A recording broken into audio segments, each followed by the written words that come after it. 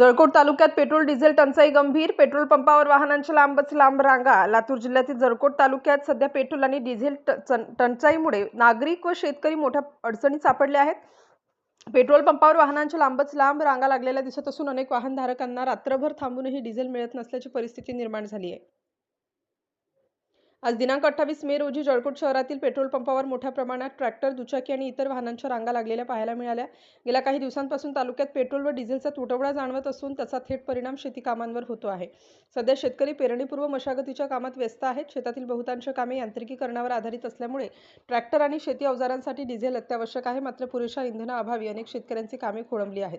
रात्रभर पंपावर थांबूनही डिझेल मिळत नाही, त्यामुळे शेतीची कामे अडकली आहेत, अशी प्रतिक्रिया अनेक शेतकरी आणि वाहनधारकांनी व्यक्त केली.